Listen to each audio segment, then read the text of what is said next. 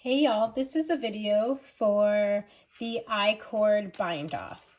So when you want to make a finished edge, a little finished rolled edge, using the iCord bind off is a great way to accomplish that. And in my cerulean cape pattern, which calls for both the iCord cast on and the iCord bind off, this is a skill that you will need to have. So I have knitted here some stockinette, and I am going to bind off my stitches. So to do the iCord bind off, to do a 3-stitch iCord bind off, you need to cast on an extra 3 stitches. So using the backward loop cast on, I'm casting 3 stitches onto my left hand needle.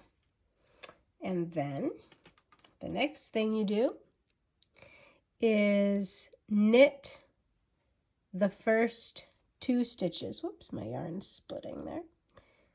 All right, here we go. So knitting the first 2 stitches and then slipping the 3rd stitch as if to knit, knitting the next stitch and passing that slipped stitch over the knit stitch.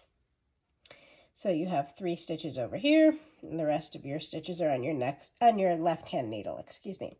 So then you're going to slip those 3 stitches back to your left hand needle and repeat that pattern.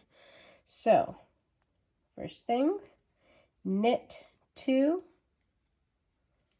slip 1, knit 1, pass over, just as if you were binding off. And then return those 3 stitches to your left hand needle and repeat that pattern until all of your stitches are bound off. So one more time, knit 2, slip 1, knit 1, pass over. Return those 3 stitches. See how that is starting to form there. I'm just going to continue this in a sped up version. And if you found this video helpful, please comment, like, and subscribe to my YouTube channel for other instructional videos. And thanks for watching.